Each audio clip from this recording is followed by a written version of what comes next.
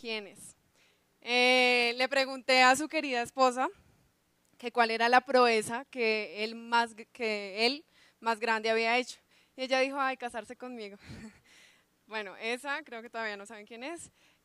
También le pregunté a su querida esposa que qué le molestaba así mucho, mucho, mucho y me dijo que hacer filas, le molestaba mucho hacer filas. También su querida esposa me dijo, una vez íbamos en el carro por la autopista y yo le dije, ay, tú nunca has hecho nada loco por mí. Y entonces él dijo, ah, no, y entonces bajó la ventana y dijo, te amo. Muy lindo. ¿Todavía no saben? ¿No? Bueno, yo quiero decir cómo. Gracias. Yo quiero decir algo, a ver si saben algo que pienso yo de él. Y me parece que es una persona súper correcta y que te dice las cosas de frente y como son. Así me gustan las personas porque yo también soy así. Entonces eso lo admiro mucho de él. Y bueno, todavía no saben quién es, yo le voy a dar la bienvenida y por favor todos démosle la bienvenida con un aplauso por favor y es Germán Villalobos, bienvenido. Bueno, muchas gracias.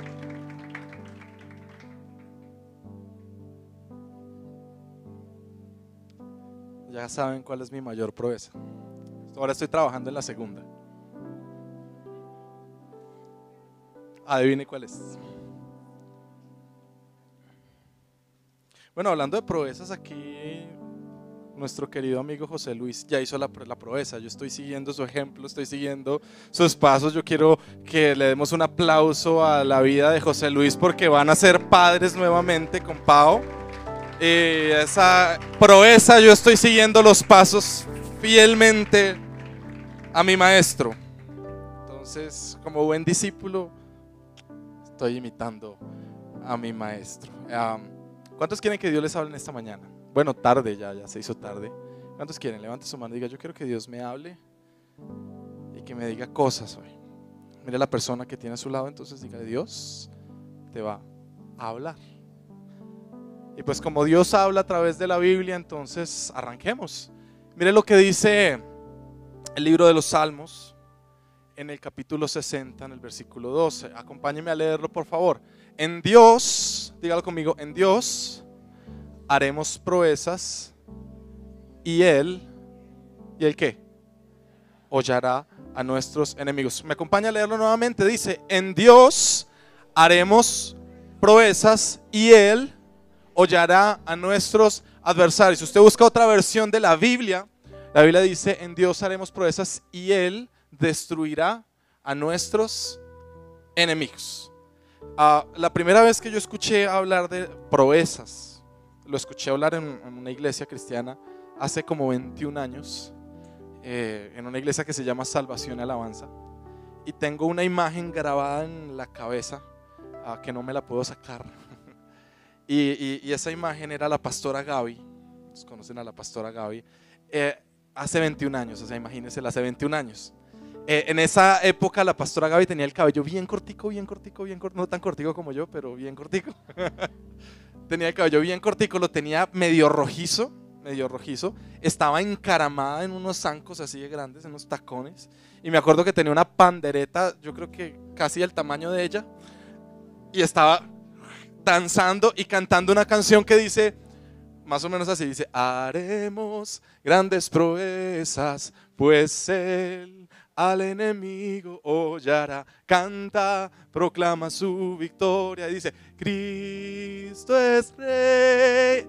Y me acuerdo que la primera vez que yo entré a una iglesia cristiana y escuché la palabra proeza, lo escuché de boca de la pastora Gaby. Ahora yo dije, bueno, la proeza era estar encaramado en esos zancos y saltando y coordinando con una pandereta. Yo digo, ya, eso es una proeza para mí. Pero pensando un poquito en el tema de las proezas, yo quiero hacer una pregunta. ¿Proezas o milagros? ¿Qué escoge? ¿Proezas o milagros? Sí, si yo cambio en este texto de la palabra de Dios, si yo digo, bueno, en Dios haremos milagros y Él hollará a nuestros enemigos, ¿está correcto? ¿Está bien? ¿Es proeza lo mismo que milagro? ¿Quién daba más? ¿Quién dice algo? ¿Sí? ¿Es lo mismo o no? No, y definitivamente no es lo mismo, pero yo les voy a explicar y vamos a ver a la luz de esta enseñanza cuál es la real diferencia entre estas dos cosas. Ahora, me sorprende mucho que cuando yo empecé a leer esta porción y a enterarme un poquito más de qué son las proezas, dice, en Dios haremos proezas. Ahora, ¿en quién vamos a hacer las proezas? ¿En quién? En Dios. Y dice, y Él hollará a nuestros enemigos. Ahora, ¿quién hollará a los enemigos? Dios. O sea, nosotros hacemos la proeza, pero Él holla a los enemigos. ¿Cómo así? No se supone que la proeza, por ejemplo, que hizo David cuando se enfrentó al gigante y le arrancó la cabeza y destruyó a Goliat y le quitó la cabeza con su propia espada, ¿no se suponía que la proeza era matar al gigante? ¿Sí o no? Entonces, ¿por qué la Biblia dice que Él hollará a nuestros enemigos y no nosotros? ¿Se ha puesto a pensar en eso? ¿Cómo así? O sea, nosotros hacemos la proeza o las hace Dios o al fin, ¿qué? Y entonces aquí empieza como de esas cosas que pasan siempre en la Biblia y confusas que pasan en Dios. Pero cuando yo empecé a investigar un poquito me di cuenta de muchas cosas. Y lo primero, cuando yo empecé a buscar en la concordancia de la Biblia sobre proezas y sobre milagros, porque a primera vista proezas y milagros son la misma cosa, pero resulta que no son la misma cosa. Entonces yo dije, bueno, en la concordancia, ¿cuántos versículos la Biblia habla de milagros? Y me salió una lista gigantesca. Usted mete por internet la palabra milagros y le sale cualquier cantidad de versículos. Pero usted empiece a buscar en su concordancia y busque proezas y va a dar cuenta que en muy poquitas ocasiones la Biblia menciona las proezas.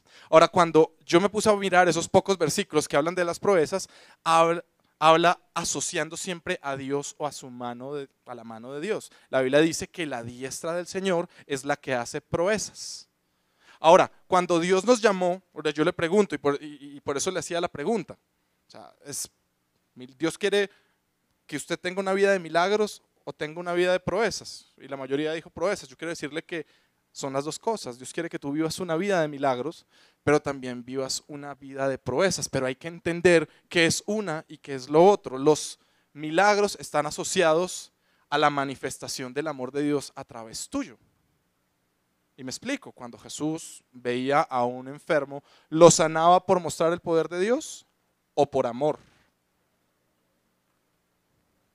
No por mostrar el poder de Dios, era por manifestar su amor hacia los hombres. Entonces, los milagros tienen que ver contigo, porque ¿quién hace los milagros? Nosotros. Dios nos usa para hacer los milagros. Las proezas las hace Dios.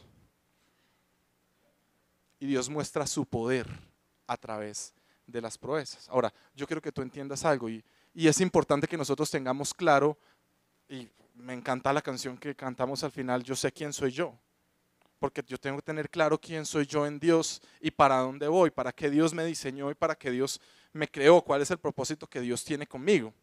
Porque cuando yo entiendo el propósito de Dios, yo puedo entender, uno, que Dios me hizo para cosas grandes. ¿Cuántos creen eso? Yo no creo que Dios me diseñó y me hizo a mí para simplemente ser un consumidor en la vida. Consumir recursos, consumir tiempo, ir a trabajar todos los días de 7 a 7, llegar a la casa cansado, descansar y de pronto los fines de semana ir a la iglesia y de pronto por ahí salir a dar una vuelta, que es lo que hacemos la mayoría de las personas, ¿verdad? Entonces yo no creo que Dios nos haya diseñado precisamente para vivir una vida en una rutina como esa. Dios nos llamó para que hiciéramos proezas. Ahora, ¿se puede tener una vida de proezas con muchos milagros? Sí. Yo puedo tener una vida de proezas y hacer muchos milagros en ese proceso, pero no puedo hacer proezas en un milagro. Y ya voy a explicarlo un poquito porque yo sé que está un poquito enredado el tema. Pero lo que yo quiero que usted entienda es que el proceso, que el milagro está asociado a un suceso. El milagro sucede así. Jesús le dijo al ciego Bartimeo, sé sano. Le dijo al hombre que estaba leproso, yo quiero que sea sano, y fue sano. Le dijo a Lázaro, Lázaro, levántate, y Lázaro se levantó. Fue en un suceso. Las proezas son procesos. No son cosas que suceden de un momento para otro. Es algo que tenemos que irlo ganando progresivamente. Entonces, lo primero que se me ocurre a la mente cuando pensé en esta palabra y yo quiero que lo declare conmigo, es: en Dios haremos proezas. Y esto es lo que se llama este mensaje. Yo quiero que lo diga: en Dios haremos proezas. ¿Pero los vamos a hacer en quién? En Dios.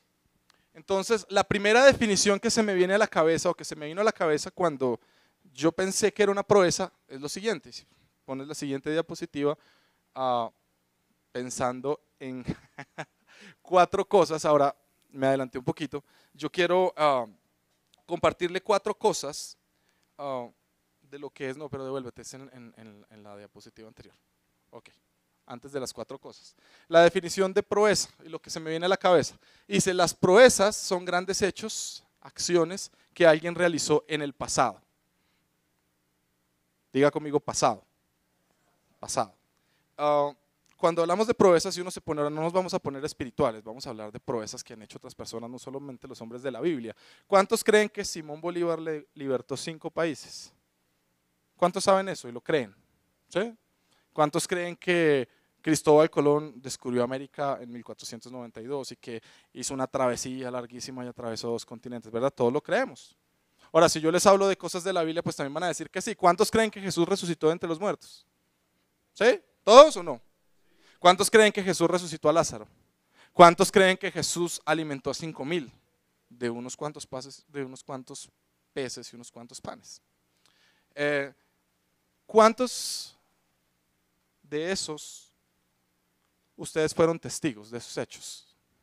De ninguno, pero nosotros todos creemos en todos esos hechos que sucedieron. Entonces es más fácil creer en el pasado porque tenemos referencias que creer en el presente cuando estamos viviendo la proeza o el milagro. Me explico con un ejemplo. ¿Qué le pasó a Noé? Cuando si yo les pregunto a ustedes, ¿cuántos creen que Noé hizo un arca y salvó muchos animales y se salvó? Entonces dicen: yo lo creo, aunque no fuimos testigos. Pero cuando ese milagro o esa proeza que se fue haciendo, que fue desarrollándose, se vivió en el presente, pues fue muy difícil creer. De hecho, nadie le creyó a Noé cuando él empezó a construir su arca. Imagínese usted al frente de su casa haciendo un arca. Ahora, Noé no tenía una referencia en el pasado, porque y esa es una de las diferencias entre las proezas y los milagros, es que los milagros generalmente tienen una referencia de alguien más ya lo hizo. Entonces para usted es fácil creer que Dios lo puede sanar. ¿Cuántos creen que Dios los puede sanar? ¿Cuántos están enfermos acá? ¿O tienen un problema? Entonces dicen: no, yo creo y yo paso ahí. Mucha gente pasa adelante cuando el pastor llama porque todos creen. Ahora, tenemos referencias, tenemos una referencia tremenda de lo que pasó contigo, Adalgisa. ¿Cuántos dicen, si a mí me dicen, yo creo que Dios puede sanar a alguien del cáncer porque lo vi en tu vida? Entonces es fácil porque Dios lo ha hecho, y no solamente lo hizo con Adalgisa, sino lo ha hecho con muchas otras personas. Entonces es fácil creer. Pero cuando uno está en el momento, en la situación, pues entonces es más difícil, y nadie le creyó a Noé. Y a Noé se le complicó la cosa. Entonces, ahora, él no tenía una referencia porque nadie más había hecho una proeza o nadie había hecho algo así como lo que Dios le pidió. Entonces, Noé ni siquiera sabía lo que era la lluvia. En esa época el sistema de irrigación de la tierra era totalmente diferente y no era a través de la lluvia. El agua no caía desde el cielo. Entonces pues Noé no tenía ni idea de qué era lo que le estaba pidiendo Dios. Ahora, si uno mira a lo largo de la Biblia, los hombres que hicieron proezas, que se dejaron usar por Dios para hacer algo grande, no tuvieron referencias. Entonces yo me pregunto, ¿cómo hicieron esos hombres para lograrlo entonces? Y entonces, pensando en eso, me doy cuenta que hay un común denominador y 4 cosas que son bien importantes, que yo quiero que usted las aprenda en esta mañana o en esta tarde, que son importantes para que usted pueda ser un hombre y una mujer de proezas, no un hombre y una mujer de milagros. Hay gente que se pasa por la vida buscando los milagros de Dios, pero no buscan al Dios de los milagros. No sé si me estoy haciendo entender en esta mañana. Tenemos que, claro, los milagros son importantes, sí. Dios quiere que tú vivas una vida de milagros también, pero Dios te ha llamado a que tú entiendas que el fin es algo grande, el fin que Dios tiene contigo, y que puede ser una o más proezas, pero Dios tiene un fin grande contigo. Entonces, número 1, ¿cuál de esas características necesitamos? Se te apagó, bueno, no importa, pero ya lo habíamos puesto. Y el número 1, la característica número 1 es fortalecer la fe. Ahora, ¿ya? No. pero vamos a seguir hablando mientras tanto. Entonces, 1, fortalece tu fe. Ahora, el tema aquí no es de tener fe o no, porque la Biblia dice que todos tenemos que tener una medida de fe. Es más, la Biblia dice, sin fe es imposible agradar a Dios. Entonces aquí el tema no es que yo te estoy diciendo tú necesitas tener fe, eso es algo evidente en tu vida, la fe se tiene que desarrollar. Pero lo que está hablando acá esta palabra es que tú necesitas fortalecer. Entonces eso es como con los músculos, no es que tú necesites tener músculos, tú necesitas fortalecer los músculos. Ahora, ¿cómo se fortalecen los músculos? ¿Con qué? Con ejercicio. Y eso me hace acordar cuando yo hace muchos años tomé la decisión de entrar a un gimnasio porque era bien flaco, les compartí esta mañana, yo era más langaruto que Sebas Telles, era bien flaco, bien flaco. Sebas Telles pesa 50 kilos, yo en esa época tenía como 21 años, yo pesaba 48. Entonces yo era bien flaco langaruto, yo no me ponía la ropa sino me la colgaba, porque era tan flaco que era más complicado. Entonces yo empiezo un proceso. Ahora, el hecho que yo entrara al gimnasio iba a implicar que yo iba a cambiar mi cuerpo, y iba a crecer y me iba a ejercitar de un día para otro, iba a ser un proceso rápido. No, de hecho pasaron casi 4 o 5 años para que yo pudiera ver pues un cambio en mi cuerpo totalmente, pues sustancial. Yo digo, yo entré al gimnasio y mi vida cambió y ya después ahí fue que se enamoró de mí cuando me vio. Entonces, y me acuerdo que cuando yo arranqué en el gimnasio y yo empecé a hacer ejercicio, me acuerdo del primer día, o sea, nunca se me va a olvidar, porque yo comencé y me acuerdo tanto que pues obviamente uno mira los grandulones en el gimnasio que cogen esas pesas, allá en el gimnasio le llamábamos las arepas, ¿no? Las pesas, ¿no? Y uno, esos tipos que le ponían 4 y 5 arepas y cogían. Yo pues obviamente que cuando nomás fue a coger la barra, yo y me tocó hacer las primeras flexiones sin arepa, o sea, con la barrita sola, y yo decía, uy, qué oso aquí, y eso que apenas era. Y entonces, bueno, listo, hice mis flexiones de brazo con la barra, y entonces luego empecé a saltar lazo, y entonces salté lazo como loco, y luego me puse a hacer abdominales y me puse a hacer una cosa, pero fue tanto el sobreesfuerzo que hice ese mismo día de la emoción que yo quería cambiar mi cuerpo, porque lo necesitaba a gritos, lo estaba pidiendo. Me guasqué, me pegué una guasquea, le pegué una inaugurada a ese pobre gimnasio que después todo el mundo se burlaba de mí, y bueno.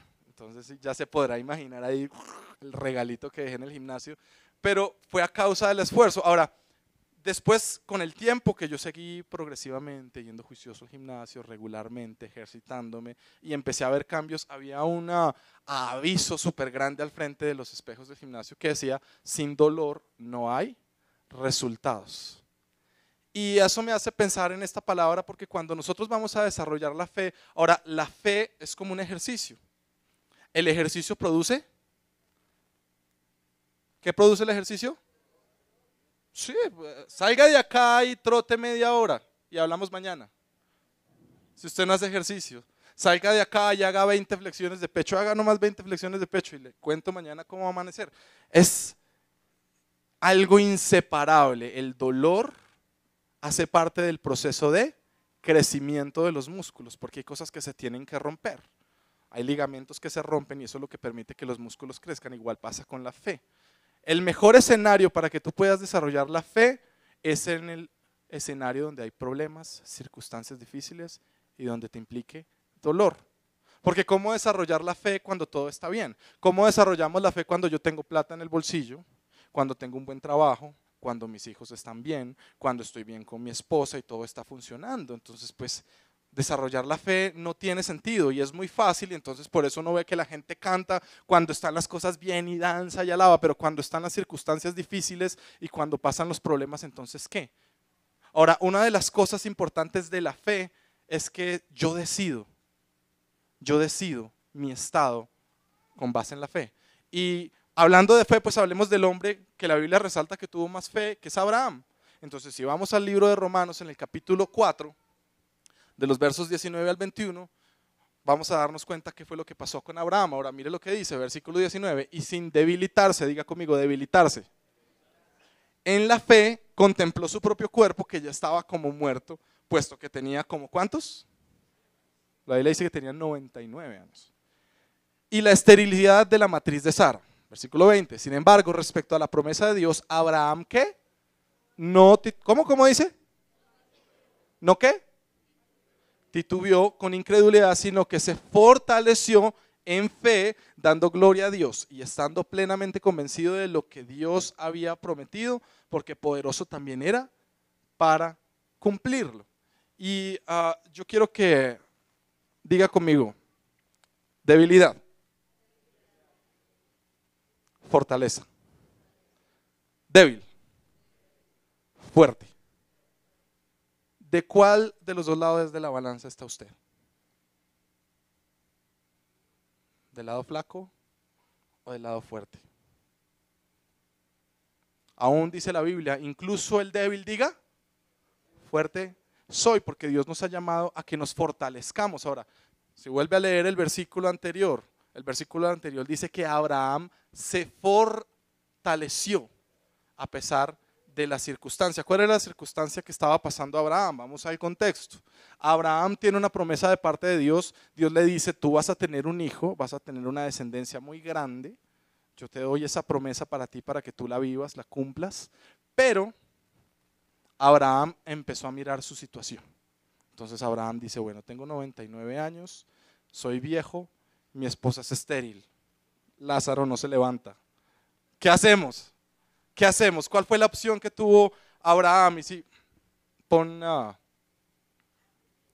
lo que dice. Atrás. Ahora, las mismas cosas que han debilitado a unos son las mismas cosas que fortalecen a otros. Los mismos negocios que han quebrado a unos son los mismos negocios que han hecho ricos a otros. Las mismas situaciones que han cambiado la vida de unos para bien, es la misma situación que ha cambiado la vida para mal para otros. Entonces, el punto es, ¿cuál es tu actitud y tu posición frente a la situación que estás viviendo? Hay gente que, por ejemplo, cuando lo ofenden, entonces hay personas que pasan una situación difícil porque alguien los ha maltratado, porque han vivido una situación dura en su vida y la posición que toman es volverse una persona encerrada, volverse una persona que totalmente diferente a lo que él quisiera hacer. Yo he visto personas que dicen, oiga, a mí me volvieron así, es que yo era buena gente, pero es que a mí me defraudaron, entonces yo me volví así de cerrado y así, y no quiero nada con la gente. Pero esas mismas situaciones muchas veces hace que otras personas se fortalezcan y salgan adelante. Hay personas que ante las dificultades y ante las circunstancias difíciles antes dicen, me levanto y tomo más fuerza. Entonces, ¿cuál es la posición que tú puedes tomar frente a la situación? Ahora, el problema no es la situación, es la posición que tú tomas frente a la circunstancia. Si usted mira la situación de Abraham, Abraham estaba pasando una situación bien complicada, porque Dios le da una promesa. Ahora, hay dos tipos de situaciones que uno tiene que enfrentar en la vida. Uno, las situaciones que dependen de mí. Cuando Dios le dice a Abraham, Abraham, vas a tener un hijo. Entonces Abraham mira a Lázaro y dice, no, pues Señor, tengo 99 años, ¿cómo se te ocurre que yo voy a hacerlo? ¿De quién dependía eso? Pues de Lázaro, oigan también de Lázaro, ¿no? De Lázaro. Eso, yo creo que Abraham todos los días decía, Lázaro, levántate. Y no se levantaba. Pero hay cosas que dependen de uno, pero adicionalmente hay factores también que se juntan y que hacen que las situaciones sean difíciles, pero son situaciones que yo no puedo controlar, como dice la ley de Murphy. Por más de difícil que sea una situación, siempre puede ser susceptible a ser peor. Entonces es cuando usted coge el pan con mantequilla y se le cae. ¿Por dónde se le cae? Tras de que se le cae por el lado de la mantequilla. Entonces la cosa es susceptible a ser peor. Entonces Abraham estaba en una situación de esas. Tras de que soy viejo, no tengo ni alientos para caminar, Lázaro no se levanta. Hay otro versículo de la Biblia que dice que Abraham estaba casi muerto. O sea, imagínense uno de los 99 años en esas faenas. O sea, bien complicado. Entonces, Abraham dice no puedo, y adicionalmente mira a su esposa y dice, bueno, mi esposa es estéril, tampoco puede, entonces, ¿cómo le vamos a hacer? Pero me sorprende, y si volvemos, ponme otra vez el versículo, por favor. Lo que dice, pero sin ¿qué? Debilitarse. Abraham en la fe contempló su propio cuerpo que ya estaba como muerto, puesto que tenía como 100 años. Pero ¿qué hizo Abraham? Se fortaleció y no se debilitó. Ahora acá hay una cosa bien importante, y ojo con esto. ¿La fe es ignorar el problema? No. Hay gente que piensa que por fe van a hacer muchas cosas, pero ignoran los problemas. Es como aquel que dice, bueno, me voy a pasar la autopista norte con los ojos cerrados por fe. Y entonces la voy a cruzar y no me va a pasar nada. ¿Qué está ignorando? Pues los carros. ¿Y qué pasa si se lance por fe a hacer algo? ¿Qué le va a pasar? Pues va a quedar estampillado debajo de un bus, mínimo. Entonces no necesariamente, y ahí hay una gran línea delgada entre la insensatez y lo que es andar por fe. No quiere decir que tienes que salir como loco a hacer cosas por impulso, porque eso te lo está dictando tu fe. Lo primero que Abraham tuvo que hacer es considerar, hay otro versículo, otra versión de la Biblia que dice, y Abraham contempló su problema, contempló su cuerpo y se dio cuenta de la situación. Ahora, lo primero que nosotros tenemos que hacer es contemplar el problema, sí. ¿Tenemos que considerarlo? Sí. La pregunta es, ¿qué vamos a hacer? ¿Nos quedamos contemplando el problema y no más? ¿O crecemos, avanzamos y nos fortalecemos en la fe? Entonces me hace acordar de lo que le pasó a Josué cuando Dios le dice, bueno, yo quiero que tú lleves al pueblo al otro lado del Jordán. Ahí está la tierra prometida. ¿La ves? Sí, sí la veo. Esa es la tierra que yo le prometí a ti y a tus antepasados. La tierra donde fluye leche y miel, la tierra donde vas a desarrollar tus sueños, la tierra donde vas a ser feliz, donde vas a crecer. ¿Estás de acuerdo? Sí, Señor. ¿Quieres conquistarla? Sí, Señor. Ok, pasa al otro lado del Jordán, pero te das cuenta, también está llena de gigantes. ¿Los tienes que sacar de ahí? Entonces, Josué se pudo haber quedado de este lado del Jordán diciendo, uy, está como caudaloso, está como ancho, está como hondo, está como difícil. Y usted se puede quedar contemplando el problema y dándole vueltas. No sé si me estoy haciendo entender, pero es que muchas veces en nuestra vida nosotros nos quedamos mirando las circunstancias. No, pero es que con esta situación, pero es que con este clima, ¿quién sale a trabajar? Pero ¿quién sale a mandar hojas de vida? Pero entonces, ¿cómo le vamos a hacer si no tengo plata? Y no, ¿yo cómo me voy a ir caminando hasta allá? ¿O yo cómo voy a hacer esto? Y nos quedamos patinando en el problema, ¿Hay que considerar el problema? Sí. Usted se tiene que parar y mirar su problema y decirle, problema, yo sé que tú estás ahí, yo no te puedo ignorar, pero tengo una decisión y tengo una opción que tomar. O me quedo contigo, abrazándote, abrazando el problema, o me levanto y empiezo a hacer cosas por fe, porque Dios te dijo que ibas a pasar al otro lado. Si Dios te dice que pases al otro lado, lo tienes que pasar. Y va a pasar. ¿Pero de quién depende? ¿De quién depende? ¿De Dios o de ti? Entonces tenemos que fortalecernos en la fe. Vamos al segundo punto. Y acá hay un punto bien, bien importante y que muchas veces nosotros lo frecuentamos en el uso, que son las excusas. Ahora, hay dos tipos de excusas. Hay excusas que son, como las llamamos coloquialmente, las excusas chimbas, o hay otras excusas que son verdaderas. A ver, es una excusa chimba. Entonces, cuando Jonás, ¿se acuerdan? ¿Cuántos conocen la historia de Jonás?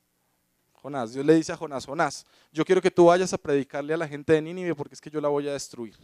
Entonces yo quiero que tú vayas y hagas que todo el mundo ayune, que todo el mundo ore, que todo el mundo se arrepienta, va y llevas el mensaje a toda la gente. ¿Qué hizo Jonás? Paticas, ¿para qué se hicieron? Salió corriendo a esconderse, dijo yo no quiero. Y entonces pasaron muchas cosas porque Dios y ojo con esto, cuando Dios quiere hacer algo contigo, cuando Dios te echa el ojo, así te escondas, así huyas, Dios se sale con la suya.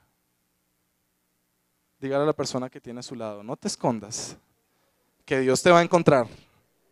Aunque me fuere a lo profundo de la tierra, allí estarás tu presencia. Si me fuere al oriente, si me fuere al occidente, si me fuera a lo más alto, ahí está la presencia de Dios, no te puedes esconder.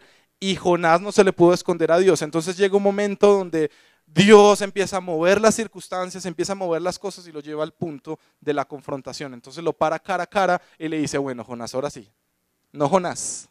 Venga a ver cómo es el tema. Venga a ver y hablamos. Y entonces, ¿sabe cuál fue la respuesta de Jonás? Le dijo, Señor, lo que pasa es que como tú eres un Dios tan bueno, como tú eres un Dios grande en misericordia, a mí me dio como mal genio, que es que tú me haces quedar mal, porque es que yo predico de destrucción y tú los terminas perdonando. Entonces yo soy el profeta y quedo mal. ¿Qué tipo de excusa es esa? ¿En qué estaba pensando Dios? En salvar a la gente. Jonás, ¿en qué estaba pensando? En otras cosas, y empezó a sacar excusas porque simplemente no lo quería hacer. Vamos a más excusas chimbas. Me acuerdo que cuando yo asistía al grupo de conexión de José, cuando no quería ir, y entonces José me llamaba, y entonces, Germán, que no se te olvide que mañana hay grupo. Uy, José, es que y yo mañana tengo que trabajar hasta tarde, y entonces imagínate que Marcela está como enferma, y entonces imagínate que tal cosa, yo como que no puedo ir. Ah, pero es que a ti te toca el refrigerio mañana. Pues por eso es que tengo que trabajar, tengo que trabajar, y entonces no, entonces sacamos excusas. Ahora, hay excusas que yo invento, que yo miento para poderme salir, pero hay otras excusas que no necesariamente uno tiene que decir mentiras para poder tratar de zafarse de las situaciones. Entonces miremos algunas situaciones que eran verdad y que se podían volver excusa en algún momento y que se volvieron excusa para algunos hombres de Dios. Entonces, cosas que eran verdad. Abraham definitivamente no podía tener hijos. O sea, cuando Dios le dice a Abraham, vas a tener un hijo, Abraham se miró y dijo, hey, o sea, es que en serio yo no puedo, no es porque esté mintiendo. Moisés era tartamudo. Cuando Dios se le aparece a Moisés y le dice a Moisés, es que yo quiero que tú liberes al pueblo de Israel, a mi pueblo, que lleva 400 años bajo el yugo de los egipcios. Yo quiero que tú seas el indicado, el líder, el que los saque al otro lado, la promesa que yo les di. Entonces Moisés empieza a decirle, Señor, pero es que de verdad yo soy tartamudo. Ahora, yo no conozco mucho de este tema y la verdad no investigué mucho, pero cuando busqué un poquito sobre esta situación de la tartamudez está asociada, y los que saben de psicología o saben de esto, dice que está asociada a traumas infantiles, a traumas que uno vivió y que genera ese tipo de inseguridades y que hace que la gente se tarde y se trabe al hablar. Ahora, yo me pregunto, ¿será que Moisés de verdad tuvo una vida tan feliz de niñez como muestran las películas de Disney? Y resulta que no. Resulta que no, porque lo primero, Moisés fue un niño regalado. Moisés creció sabiendo que su papá no era su papá ni su mamá era su mamá, que lo habían echado por un río y que no sabía de quién era hijo. Ahora, segundo, estaba viviendo en una casa, aunque estaba viviendo en un palacio, estaba viviendo en medio de un poco de personas que físicamente eran diferentes a él. Ahora, si hay alguien que son crueles en la vida, son los niños.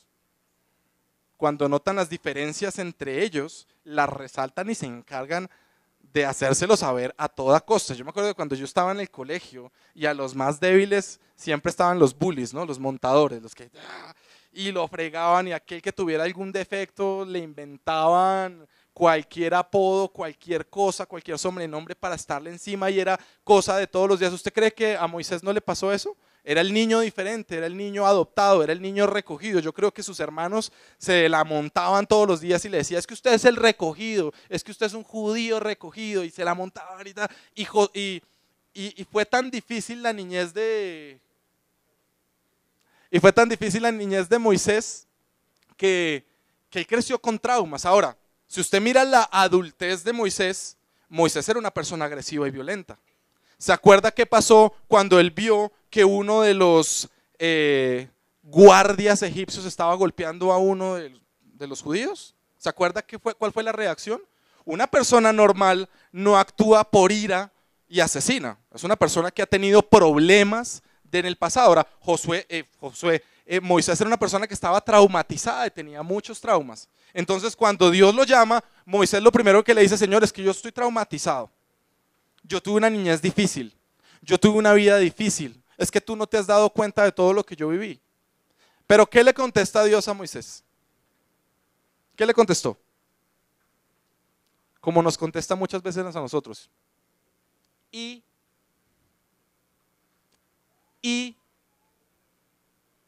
¿sabe qué le dijo? No puedes hablar. Te voy a poner a Aarón, él habla por ti, él te traduce. pero tú vas. Cuando Dios te echa el ojo, por más de que te trates de escapar, así saques las peores verdades de tu vida. Porque es que muchas veces no usamos mentiras, sacamos las peores verdades de nuestra vida para decirle a Dios, es que no puedo, es que de verdad yo estoy traumatizado, es que de verdad yo pasé por una situación difícil. Pasa como Gedeón cuando Dios le dice, varón esforzado y valiente, levántate. Gedeón estaba escondido en el granero. Gedeón era el más pequeño de sus hermanos, el más débil, el que no podía hablar, el que no lo tenían en cuenta, el que no tenía voz y voto. Y Dios le dice, a mí me plació que seas tú, y contigo es que yo voy a liberar al pueblo de Israel de los madianitas que los están oprimiendo.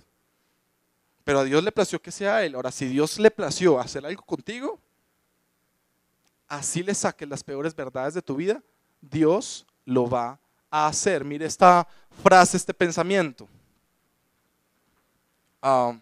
La gente que hace proezas son aquellas que siempre hacen a un lado sus excusas, aunque las verdades, ¿qué?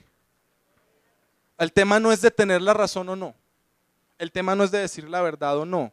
El tema es lo que dice lo siguiente: ante una orden de Dios no hay verdad que te justifique. Si Dios te pide algo, se lo tienes que dar. O Dios lo toma por su cuenta, como lo hizo con Jonás. ¿No quieres? No quieres.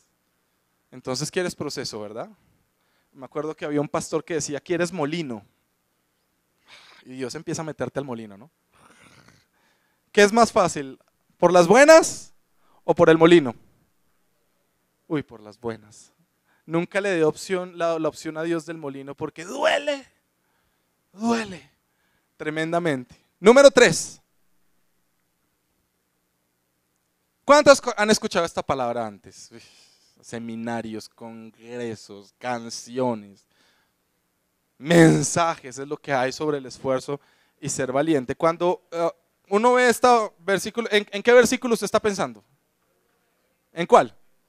Josué 1. Vamos a Josué 1 rápidamente. Y mire lo que le dice Dios a Josué. Ahora Josué, acuérdese, estaba de este lado del Jordán, a punto de conquistar la tierra.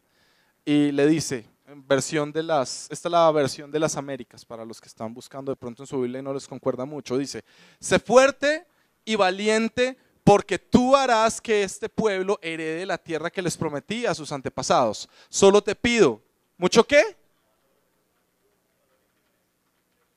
¿Le pidió mucho o poquito? ¿Cuánto? Valor y firmeza, ¿para qué? Obedecer toda la ley que mi siervo Moisés te mandó. No te apartes de ella, ¿para cuándo? Para nada. Solo así tendrás ¿qué? Éxito donde quiera que vayas. Recita siempre el libro de la ley, medita en él de día y de noche. Cumple con cuidado todo lo que en él está escrito. Así prosperarás y tendrás. Ya te lo he dicho, ya te lo he ordenado. Sé fuerte y valiente, no tengas miedo ni te desanimes, porque el Señor tu Dios ¿qué? Te acompañará a donde quiera que vayas.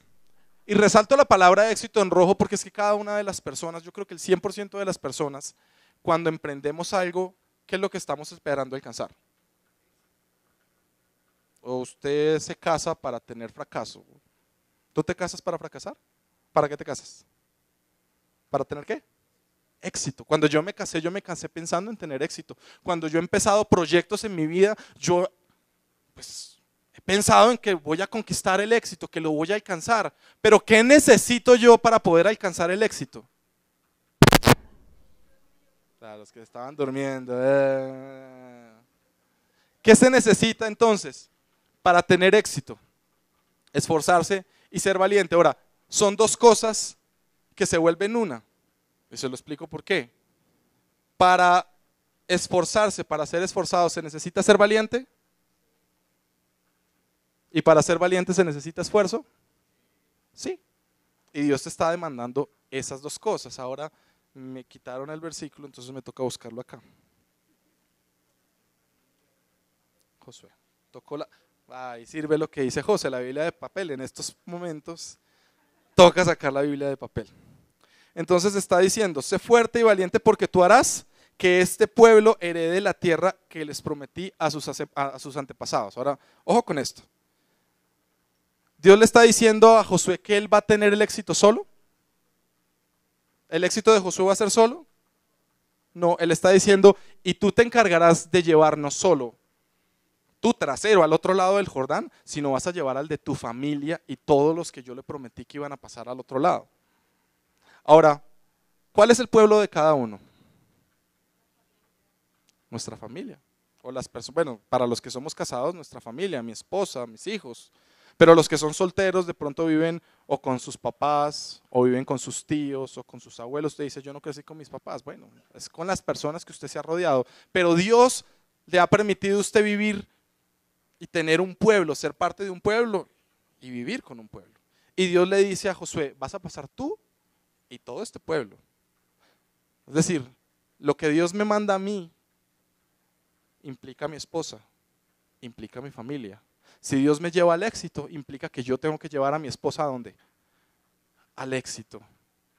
Si Dios te quiere bendecir, te va a bendecir a ti y te va a bendecir con tu familia. Mire lo que sigue diciendo. Ahora, solo te pido mucho valor y firmeza, ¿para qué? Obedecer. Y esta es una de las cosas que más nos cuesta, no solamente a los cristianos, sino a las personas en el mundo entero, la obediencia. Para no ir tan lejos, ¿cuál es el gran problema o uno de los grandes problemas del tráfico en Bogotá? Que cada quien quiere hacer lo que quiere. Hay una anarquía. Entonces la anarquía trae desorden, trae confusión, trae caos. Y cuando nosotros no estamos dispuestos a obedecer, ahora Dios le está diciendo a Josué que obedezca ¿qué? ¿Que obedezca qué? ¿La ley o toda la ley? ¿Cuánto hay que obedecer? Ah, no, pero Dios, es que a mí hay cosas que no. A mí hay cosas en la Biblia que, como le dijo Moisés a Josué, tienes que obedecerla toda, toda. Y una de las cosas que más cuesta dolor en la vida es tener que obedecer, tener que entender el principio de la sujeción. La Biblia dice que los hombres, las mujeres tienen que estar sujetas a los hombres, pero ¿será que los hombres no tenemos que estar sujetos también a nuestras mujeres? ¿Será que las mujeres son las que tienen que obedecer o todos tenemos que obedecer? Yo les contaba a mi grupo de conexión en el grupo pasado que si hay algo que me cuesta es tener que obedecerle a mi esposa muchas veces, porque a veces ella tiene la razón. No siempre, pero tiene la razón. Pero el punto es reconocer que cuando ellas tienen la razón hay que ¿qué? Obedecer. ¿Y gusta? ¿A cuántos hombres les gusta? ¿A cuántos hombres de verdad les gusta obedecer a su esposa? Mire que aquí el Señor empieza, le repite varias veces, y a veces yo digo, el Señor a veces tiene alma de mujer. Porque vea, cantaletoso, le repite varias veces, sé fuerte, sé valiente. Mira que te mando, que te esfuerces, pero que seas valiente, que no se te olvide que seas valiente. Me hace acordar de Marcela cuando yo dejo la ropa tirada. Entonces comienza, Germán, esfuérzate y sé valiente, recoge la ropa. Ahorita, mi amor. Vuelve y le dice, Germán, esfuérzate y sé valiente. Ahorita, estoy viendo televisión, en un ratico. Germán, mira que te mando. Cuando ya dice, mira que te mando, ahí salgo corriendo a poner la ropa en el lugar. Porque Dios muchas veces nos tiene que repetirlo varias veces para que lo entendamos. Porque es que nosotros, y dígale a la persona que tiene a su lado, deje de ser tan cabeza dura.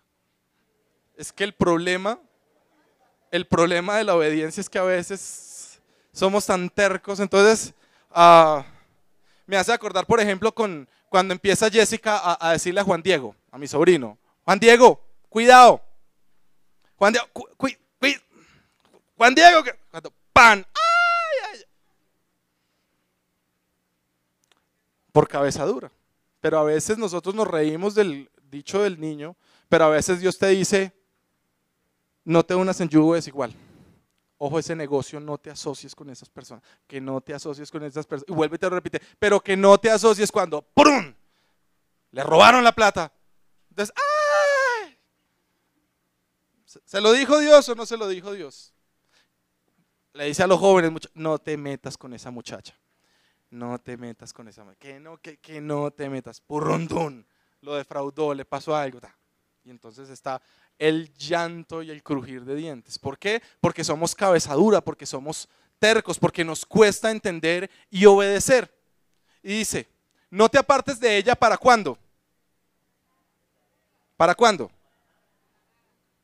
¿Será que cuando estamos hablando, ahora yo no estoy hablando de religiosidad, y yo quiero que usted me comprenda en este texto que le estoy compartiendo, porque cuando él dice que no se aparte de ti, este libro de la ley no le está diciendo que tiene que andar con la Biblia debajo del brazo todo el día. Y entonces usted se va para el trabajo y se va con la Biblia debajo del brazo, y va en el bus y va con la Biblia y va para... No, no, no, no. ¿A dónde tiene que estar estas palabras? ¿Cuándo es útil la Biblia? ¿Cuando la tienes acá o cuando la pasas acá y la vives acá? ¿Cuándo es útil la palabra? Ahora, yo tengo un pastor amigo que me decía, Germán, yo no te pido que te aprendas tantos versículos de la Biblia. No me interesa que te aprendas tantos. Apréndete unos pocos, pero vívelos. De nada sirve que tú te sepas la Biblia al derecho y al revés. De nada sirve que tú hagas todos los seminarios, todos los cursos, todos los pasos del proceso, si ni siquiera vives la tercera parte de lo que has aprendido. Hay gente que le gusta escuchar y todos los días se levanta y pone mensajes y pone al pastor Cash Luna y pone al pastor tal y pone al pastor otro y escucha cuánta predicación y cuánta cosa, pero ¿lo vive? Muchas veces no, y nos cuesta. Y Dios está diciendo, no se aparte de ti en todo tiempo, porque es que la palabra es útil en los momentos de dificultad. Cuando Jesús estuvo caminando por el desierto y se enfrentó con el diablo, ¿con qué lo enfrentó? ¿Con qué lo enfrentó? ¿Se acuerda? Jesús fue al desierto y el diablo se le aparece. ¿Con qué le contestaba Jesús? Con la palabra. Porque la palabra se vuelve vida y se vuelve útil. Cuando usted esté pasando una situación difícil, usted tiene que levantarse y en vez de quedarse contemplando el problema y en vez de estarse quejando de la situación, en vez de estar corriendo al primer amigo que le puede ayudar a prestar plata, a buscar una solución, usted lo que tiene es que levantarse y declarar la palabra y decir, aunque ande en valle de sombra y de muerte, no temerá mi corazón porque mi vida está en ti guardada. Usted tiene que levantarse y declarar las promesas de Dios, que no me faltará nada porque el Señor es mi pastor. Cuando usted esté enfermo y tenga el diagnóstico, el examen médico que dice, tumor canceroso, entonces usted tiene que levantarse y declarar la palabra con fe y esforzarse y ser valiente y declararla. Ahora, el tema del esfuerzo es un tema de niveles, y se quiero explicar rápidamente el tema del esfuerzo. Porque cuando Dios nos diseñó, y por cuestión de diseño, nosotros somos como los motores o como las máquinas. Uno tiene un rendimiento. Ahora, ese nivel, esa medida de rendimiento de nuestra vida, de nuestras fuerzas, no necesariamente es igual en todo el mundo. Entonces me explico, eso es como los motores. Hay motores 2 litros, hay motores 2.5, hay motores 1.4, hay motores de 1000, ¿verdad? De 1.0. Igual en la vida cristiana pasa con nosotros. Hay cristianos que tienen resistencia de 2.5 litros, hay cristianos 2 litros, hay cristianos 1.4, hay cristianos de todos los gustos. El mismo apóstol Pablo decía eso, Dios no nos da una tribulación, una prueba más grande de la que podamos soportar. A algunos le da una prueba para 2.5 litros y a otros les da una prueba para 1.4 porque no tiene más resistencia. Pero todos tenemos una medida de fuerza, una medida de fortaleza. Ahora, los esfuerzos en Dios, y este esfuerzo del que te estoy hablando aquí, cuenta por encima de tu diseño natural de fuerzas. ¿Cómo así? Sí, tú tienes que caminar la milla extra. Tienes que ir más allá de tu límite para que ese esfuerzo cuente. Porque es que me encuentro con muchas personas que se encuentran, ahora, ¿el esfuerzo produce cansancio? Sí. ¿Agota? Claro que sí. Cuando uno se esfuerza, se agota. Y yo veo cristianos agotados, veo cristianos esforzados, pero que están por debajo de su nivel de fuerza. El esfuerzo que están haciendo es para poder alcanzar por lo menos su nivel de fuerzas. Pero ¿a qué se debe eso? Pues es muy simple, es porque están mal, o es porque están enfermos, o es porque están lesionados. ¿Qué pasa con un atleta de alto rendimiento? ¿Usted cree que Dios nos llamó a ser cristianos de alto rendimiento o cristianos nominales? Un jugador nominal siempre está en la banca. El jugador de alto rendimiento está en el campo. Entonces, si Dios te llamó a estar en el campo es porque tú tienes que tener un nivel de exigencia mucho más fuerte que normalmente. Pero cuando un jugador se lesiona, entonces entra en un proceso de recuperación. ¿Puede correr igual cuando uno está lesionado? ¿Puede correr igual? No. ¿Se tiene que esforzar? Sí, muchas veces se tiene que esforzar el doble de lo que se tenía que esforzar antes. Entonces uno empieza a ver por la vida cristianos totalmente cansados, cristianos totalmente agotados, cansados, pero porque están corriendo por debajo de su nivel normal de fuerzas. Y el problema es que no han querido ir al taller del maestro, a que el maestro los restaure y los fortalezca. No sé si me estoy haciendo entender acá. Y no sé cuál es tu nivel de fuerzas y sobre qué nivel de fuerzas estás corriendo. Es que es normal que en la vida tú te golpees, es normal que en la vida que tú te lesiones. Lo que no es normal es que la lesión se postergue. Cuando se lesionó el arquero de Millonarios dijeron son 6 meses. Entonces hay un tiempo, hay gente que dura más tiempo que otros, pero lo que no es normal es que tú pases 1, 2, 3, 4, 5 años y tú lesionado en la banca. No sé si me estoy haciendo entender, pero aquí hay muchos cristianos, ahora no solo aquí, en todas las iglesias alrededor del mundo, hay cristianos en la banca porque se siguen quejando por su lesión. Porque se siguen quejando de lo que le hicieron en el pasado, de lo que le hicieron en la otra iglesia de la que viene, de lo que le hizo el pastor mentiroso que le dijo y que lo engañó, que lo que le hizo que lo que le hizo lo otro. Entonces deciden quedarse banqueados. No es normal. Y viven esforzándose, pero para poder alcanzar un nivel al que tenían, pero que no pueden llegar porque ni siquiera la lesión los deja correr, porque no han sido capaces de dejarse en las manos del maestro para que el maestro los restaure y los lleve a un nuevo nivel. El esfuerzo para alcanzar el éxito del que está hablándole Dios a Josué es un esfuerzo por encima de sus fuerzas. Le decía a Josué, tú te tienes que esforzar mucho más de lo que tú te esfuerzas. Tú eres un buen cristiano, tú eres un muchacho pilo, tú eres un muchacho enérgico, pero tienes que hacer más. Eso es como cuando uno estaba en la universidad y quería sacar mejor nota. A veces uno es estudiante promedio, ¿no? En mi universidad uno decía, 3 es nota, lo demás es lujo. Y los estudiantes promedio, pues le apuntábamos al 3, pero cuando uno decía, no, yo quiero estar en el nivel de promedio de 4, ¿qué tenía que hacer? Pues, por ejemplo, cuando estudiaba cálculo vectorial, pues tenía que hacer más ejercicios, tenía que trasnochar más, tenía que leer más libros, tenía que buscar más cosas, tenía que dar una milla extra para que puedas tener éxito. Y dice la Biblia, solo así tendrás éxito. ¿Cuántos quieren tener éxito y ser mujeres y hombres de éxito? Levante su mano. ¿Usted quiere el éxito? Ya sabe qué hacer. La cuarta y última, y quiero terminar con esto. Y hasta este punto, de las 4 características, esta es la más importante de todas y la que quiero resaltar y con la que quiero terminar. Porque tú puedes ser un hombre y una mujer de milagros con las 3 primeras. Pero si tú quieres un hombre y una mujer de proezas, indiscutiblemente vas a necesitar de esta 4. Y ahí es donde comienzan las diferencias entre una vida de milagros y una vida de proezas. Y es la transformación. Ahora, la transformación es un misterio y lo quiero explicar pues del mejor ejemplo con la proeza más grande que ha habido en toda la historia de la humanidad. ¿Quién hizo la proeza más grande de la historia? Jesús. Ahora, la proeza de Jesús fue resucitar de entre los muertos, fue resucitar a Lázaro, fue hacer milagros. ¿Cuál fue la verdadera proeza de Jesús? Fue venir y salvarnos de nuestros delitos y pecados, dice la Biblia. Esa fue la verdadera proeza, ese era el fin que tenía Jesús. Jesús desde el comienzo tenía claro cuál era su fin. Ahora, en ese fin, durante ese fin y alcanzar ese fin, ¿Él hizo muchos milagros? Sí. Pero proezas hizo una sola. Y Dios te está llamando a ti. Y a mí no importa que solamente hagas una proeza en tu vida, pero tú tienes que tener claro para qué fuiste diseñado. Como decía la canción, yo sé quién soy yo. Yo sé para dónde voy. Yo tengo que saber para dónde voy. Y seguramente vas a tener una vida de milagros. Y la vida de milagros se consigue así, con las 3 primeras.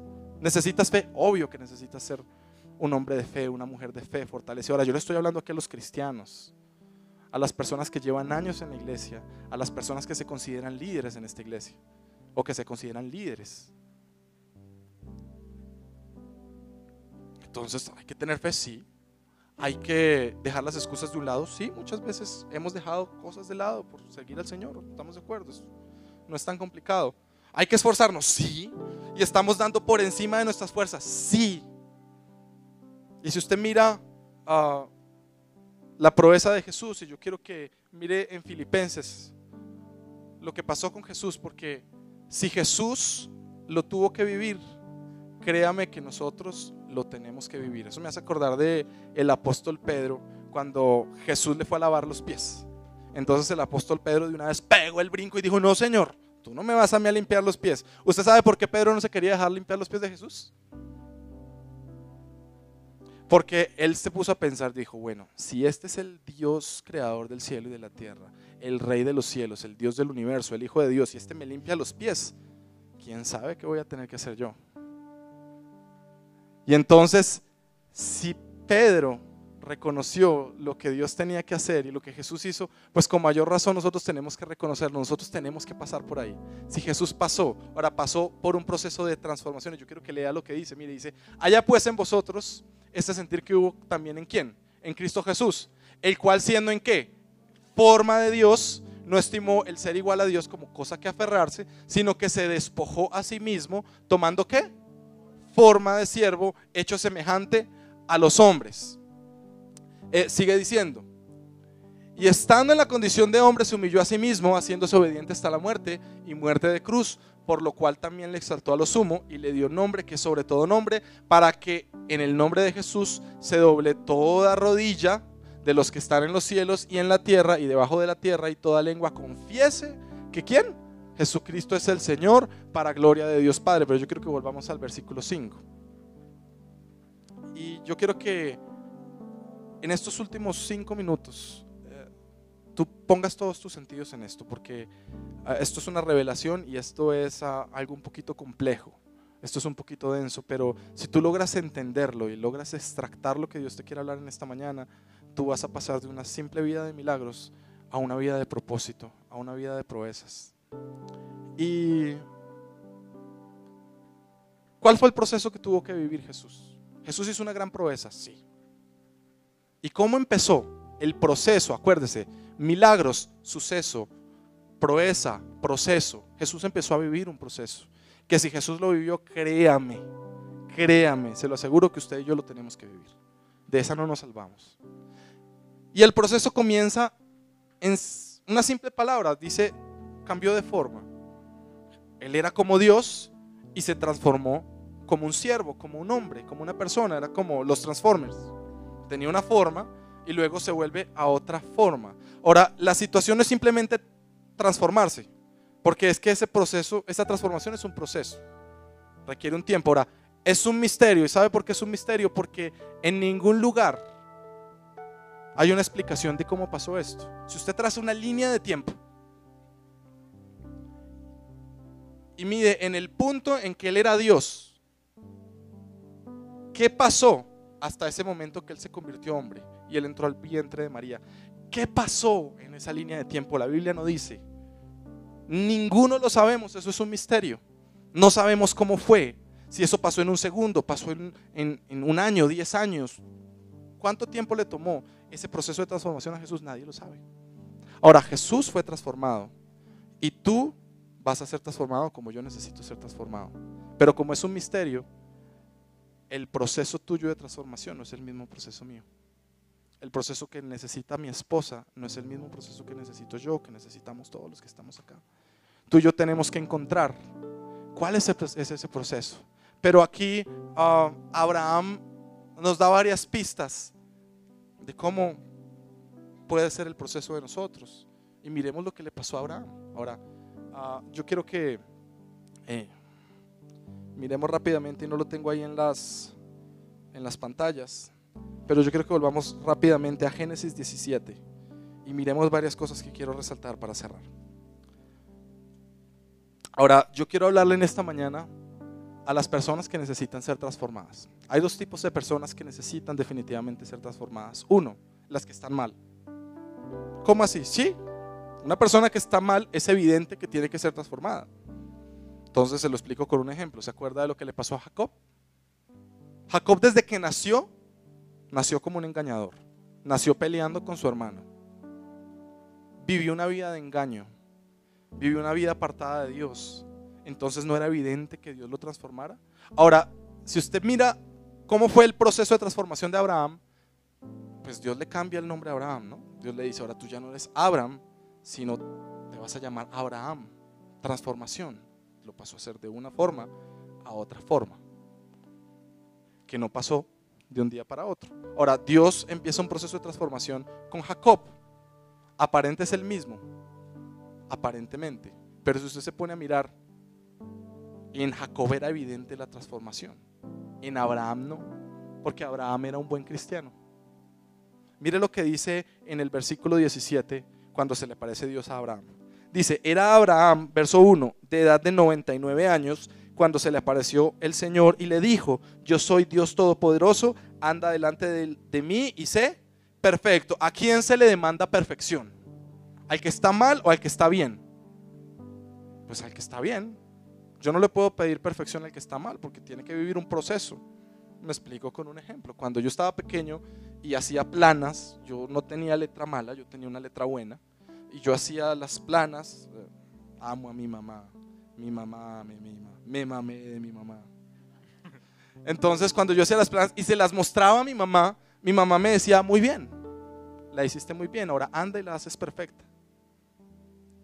¿Por qué me pidió perfección? Porque ya la estaba haciendo bien. Cuando Dios viene y le dice a Abraham, anda delante de mí, sé perfecto, ¿era por qué? ¿Porque Abraham estaba mal? No. De hecho, Abraham era un buen cristiano, ya había sido probado en su fe. Si usted mira versículos atrás y capítulos atrás, Abraham ya había obedecido a Dios y ya le había sido contada por justicia su obediencia al salir del lugar donde le había pedido, de Ur de los Caldeos. Ya Abraham había sido desafiado en fe.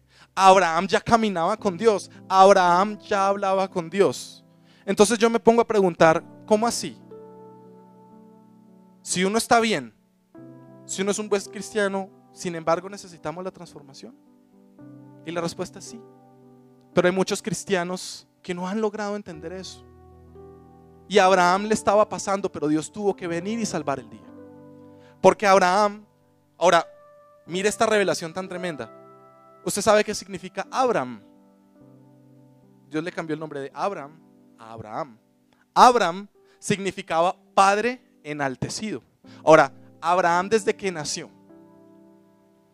la Biblia no dice quién le dio la palabra, quién le dio el nombre, pero Abraham desde que nació fue llamado a ser padre. Dios no llamó a Abraham a ser padre a los 99 años, no señor. Ya Abraham tenía una palabra en su vida de que él iba a ser un padre. ¿Quién enaltece a los padres? Sus hijos. ¿Quién enaltecemos a Dios? ¿Quiénes? Nosotros, sus hijos. ¿Quién le da honor a un padre? Los hijos.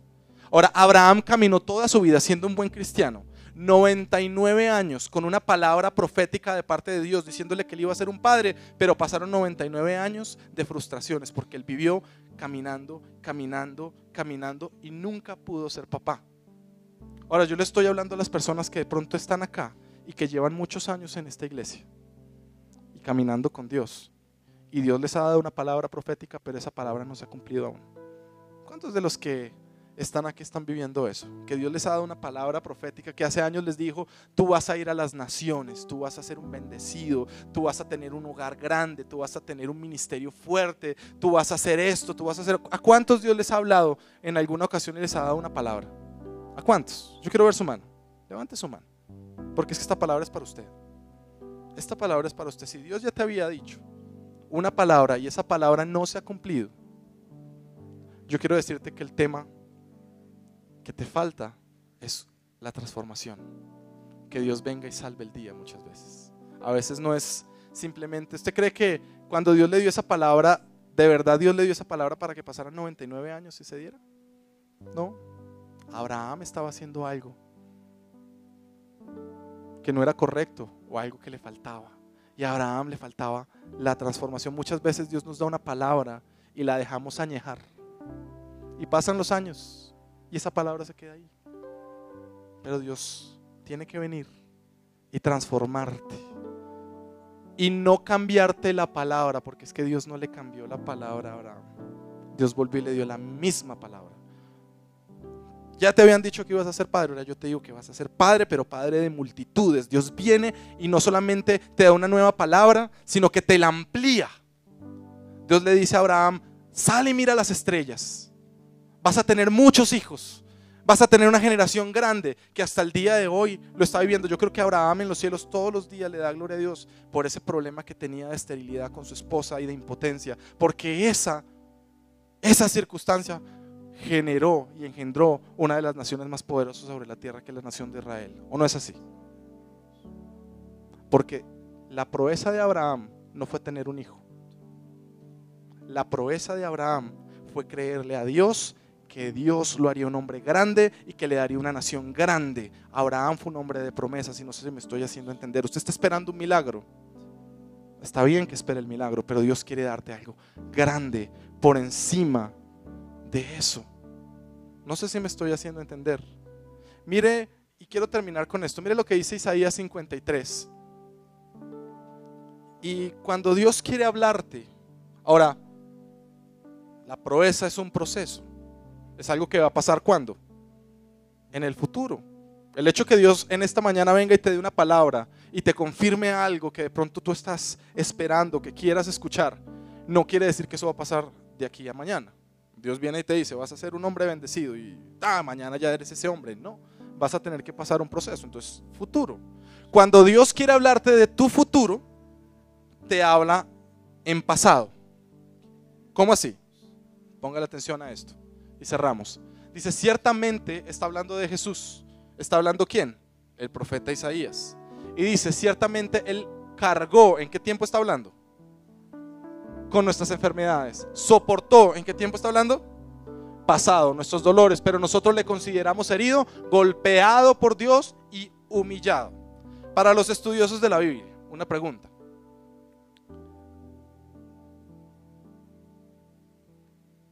¿Por qué Isaías está hablando en pasado si Isaías estaba más o menos 1500 años antes de que Jesús naciera?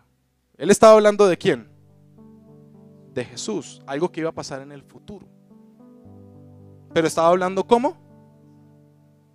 ¿Cómo así? ¿Quién me explica eso? ¿Por qué Dios a través del profeta Isaías empezó a hablar de las cosas que Jesús iba a hacer como si ya las hubiera hecho, pero faltaban 1500 años para que pasara? ¿Cómo así? Apocalipsis 3 en el versículo 5 dice: he aquí el cordero inmolado, que es desde antes de la fundación del mundo. Ahora, ¿cómo así? ¿No se supone que Jesús vino y fue inmolado hace 2000 años? ¿Por qué Dios dice que el cordero fue inmolado desde antes de la fundación del mundo? ¿Quién me contesta eso? ¿Por qué Dios está hablando así? ¿Nadie da más? Porque Dios tiene algo que se llama su tiempo perfecto. Y las cosas primero pasan en el tiempo de Dios. Dios es un Dios eterno. La proeza que tú vas a hacer ya pasó en Dios. Dios ya la vio. En el principio de la creación del mundo, Dios ya había visto lo que Jesús iba a hacer, y por eso le permitió a que el profeta hablara antes de. Ahora, una pregunta: ¿quién fue primero? ¿Isaías o Jesús? ¿Quién fue primero? ¿Estás seguro que Isaías? Jesús. La Biblia dice que desde el principio estaba Jesús. Entonces, en realidad, Isaías estaba hablando en pasado. Y era correcto que hablara en pasado, porque Jesús era desde el principio, y desde el principio el cordero había sido inmolado, porque Dios había visto lo que tú ibas a hacer o lo que tú vas a hacer. Él ya lo vio en el pasado. Tu enfermedad, y la Biblia dice, por su llaga fuimos nosotros sanados. Por su llaga fuimos en pasado. ¿Dónde está tu sanidad? En el futuro. Pero Dios dijo en pasado: tu sanidad ya está hecha. Lo que tú necesitas está hecho. La bendición de tu hogar ya está dada.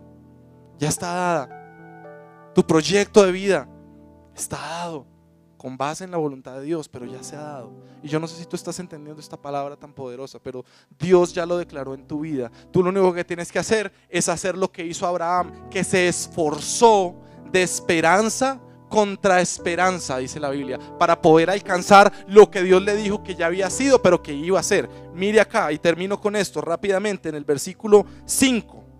Versículo 4 del capítulo 17 de Génesis. Mire cómo le habla Dios a Abraham. Le dice: he aquí mi pacto es contigo y serás padre. ¿Le está hablando en qué? en futuro, de muchedumbre de gentes. Ahora verso 5, le sigue diciendo, y no se llamará más tu nombre Abraham, sino te llamarás Abraham. Empieza el proceso de transformación. Y mire lo que dice, porque te he puesto por padre de muchedumbre de gentes. ¿En qué tiempo le habló? En pasado. Dijo, ya te puse. Le dice en el versículo 4, te pondré. Le cambia el nombre, lo transforma y luego le dice, porque ya te puse. Porque es que ya pasó. Porque es que ya pasó.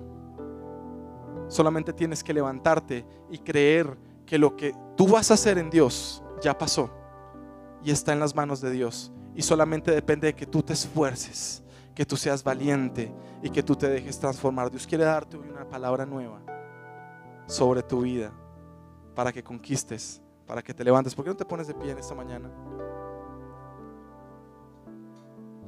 Y le oras conmigo a Dios.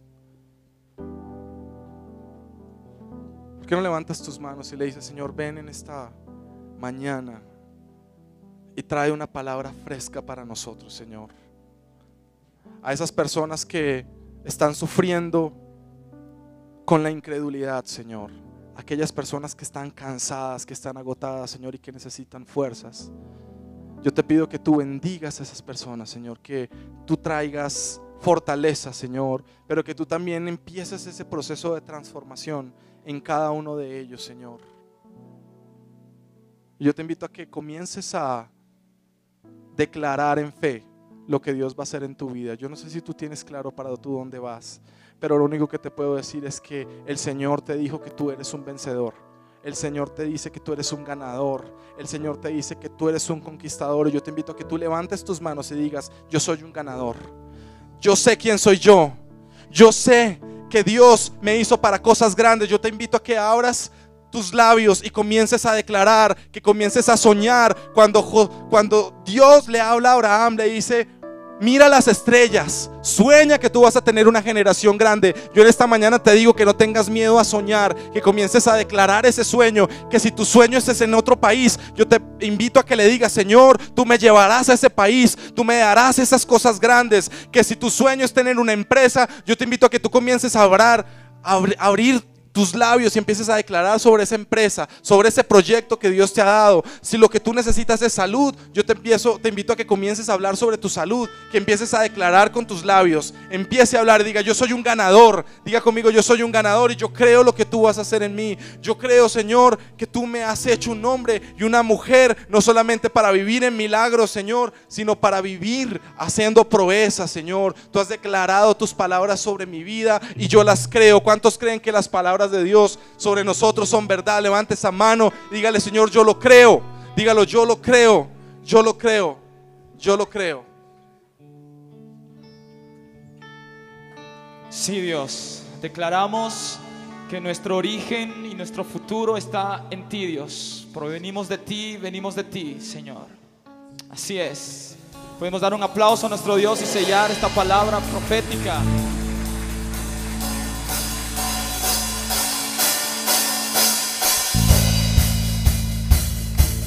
Cantamos. Extraviado me encontraste, ciego estaba y ahora puedo ver. Hoy tu canción yo cantaré. Oh, quebrantado me sanaste, muerto estaba y ahora vivo en ti. Mi identidad has puesto en mí. Ahora declárelo. Y yo sé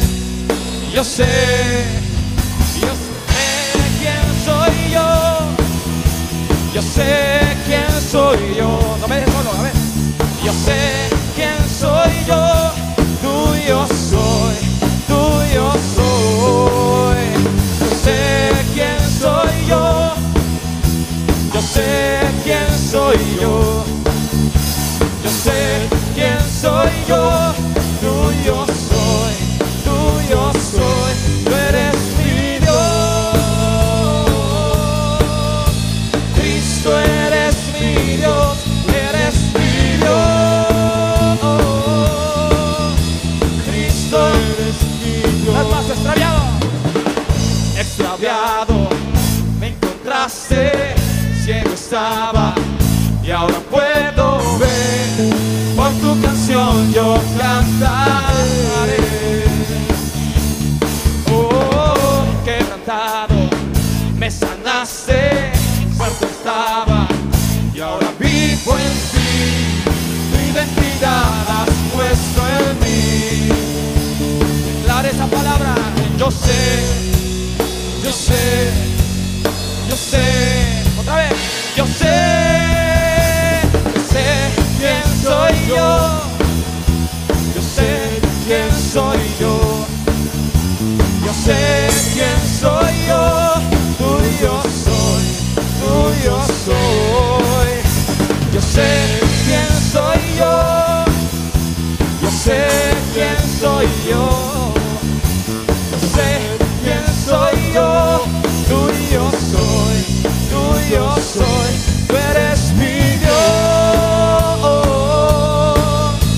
Cristo, eres mi Dios. Tú eres mi Dios.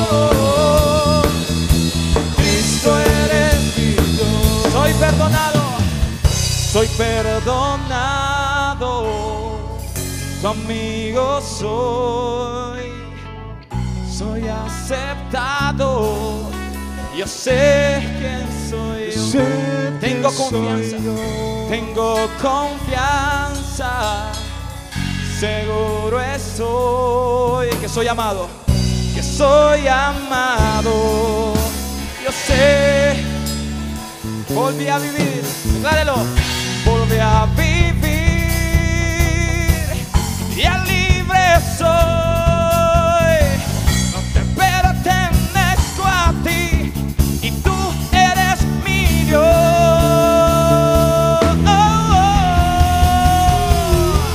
Yo sé quién soy yo. Yo sé quién soy yo. Yo sé quién soy yo. Tuyo soy. Tuyo soy. Sé quién soy yo. Linaje escogido. Nación santa. Pueblo adquirido por Dios. ¿Quién soy yo? Hijos del Altísimo Creador. Tuyo.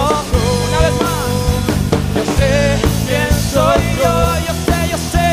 Yo sé quién soy yo. Yo sé quién soy yo. Tuyo soy. Tuyo soy. Una última vez. Yo sé quién soy yo. Yo sé quién soy yo.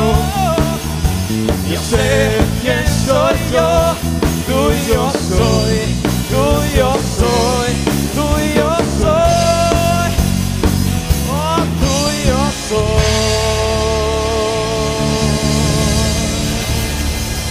Amén. Iglesia, despídanse, salúdense en la cobertura de nuestro Dios.